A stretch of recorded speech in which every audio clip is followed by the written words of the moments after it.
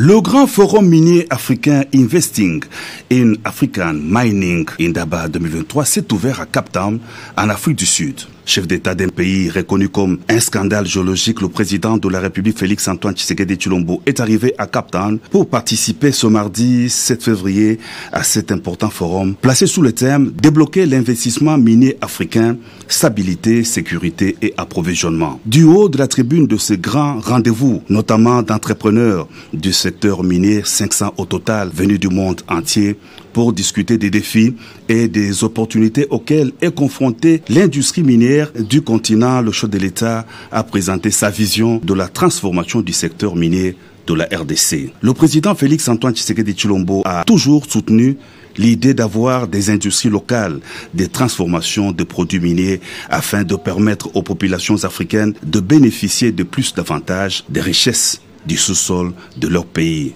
Le chef de l'État a aussi présenté les opportunités d'investissement dans le secteur minier tout en offrant un pacte de confiance aux potentiels investisseurs. Investing in African Mining Indaba 2023 est ouvert à 6500 participants, dont 500 entrepreneurs du monde, en ce moment où l'industrie africaine cherche des moyens de renforcer sa puissance économique dans le contexte de la ruée mondiale en vue de sécuriser l'approvisionnement pour la transition énergétique plus verte.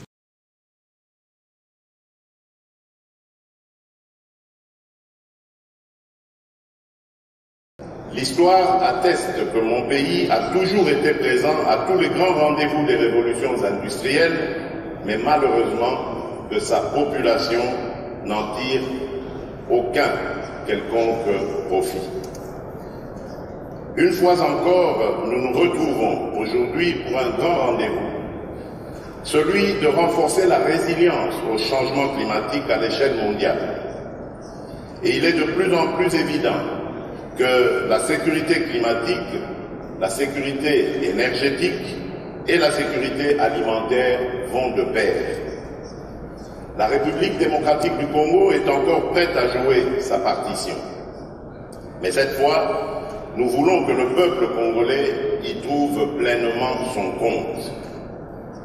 Fort de son potentiel en minerais stratégiques que sont le cobalt, le cuivre, le lithium, le manganèse, le nickel et le graphite, mon pays peut contribuer au règlement des questions climatiques et ainsi jouer un rôle majeur dans cette transition énergétique. Dès mon accession à la magistrature suprême dans mon pays, je me suis employé à redorer l'image de la République démocratique du Congo pour la rendre plus attractif aux investissements en la transformant en un espace assaini par l'amélioration du climat des affaires.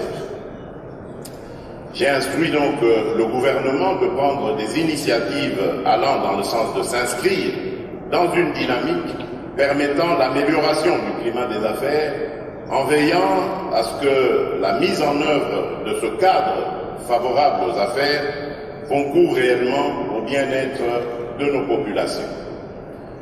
Aujourd'hui, la République démocratique du Congo dispose d'un cadre juridique adapté, servant à faciliter les opérations commerciales, à protéger les droits de propriété et à régler les litiges.